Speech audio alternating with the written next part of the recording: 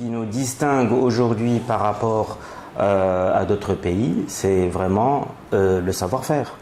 Notre savoir-faire est très haut de gamme, très technique plutôt, et nous avons une main-d'œuvre quand même qui est assez qualifiée. Que nous soyons compétitifs en termes de prix pour encourager les gens à acheter. On doit être top au niveau de la qualité. Donc pour avoir vraiment des gens qui vont acheter des produits de qualité à bon prix. Et surtout la réactivité. Donc ce qui distingue la Tunisie par rapport à ses concurrents, c'est vraiment la réactivité pour être proche, rapide, efficace et surtout flexible. Donc en termes de période où les articles en Asie n'arrivent pas à être livrés en Europe rapidement, la Tunisie doit être là pour vraiment satisfaire la demande et donc prendre un tout petit peu une partie de ce marché qui est quand même assez important. Les faiblesses structurelles, il y en a beaucoup. Franchement, déjà, il y a une lenteur en termes administratifs et ça, on le sait à tous les niveaux.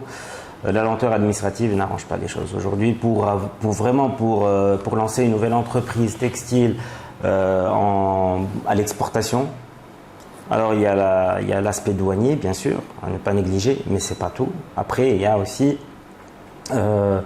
obtenir les autorisations de fabrication et les autorisations d'exploitation. Tout ce qui est protection civile, le dossier peut prendre jusqu'à 2 ans des fois, donc on ne peut pas attendre 2 ans pour lancer un projet.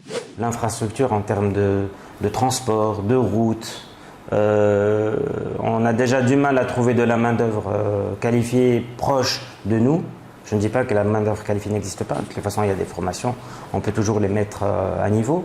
Mais par contre, au niveau de transport, on est obligé d'assurer le transport nous-mêmes. On ne peut pas se substituer au transport public. C'est pas possible. Et puis, j'insiste sur le fait que la sous-traitance ne paye plus aujourd'hui. La sous-traitance en elle seule, qui nous a vraiment permis à un certain moment de faire donc un bond vers l'avant pour la Tunisie, ça ne paye plus. Il faut vraiment des produits finis. Donc, qui dit produits finis, il faut des services annexes, donc tels que le développement, donc styliste, modéliste, etc. Il faut proposer des collections. Il faut avoir des tissus peut-être même en stock. Je ne sais pas, mais de toutes les façons, ça va engager des coûts supplémentaires. Et ça, il faut vraiment avoir une grande taille pour pouvoir le faire. Et c'est la clé de la réussite, entre autres, pour une entreprise.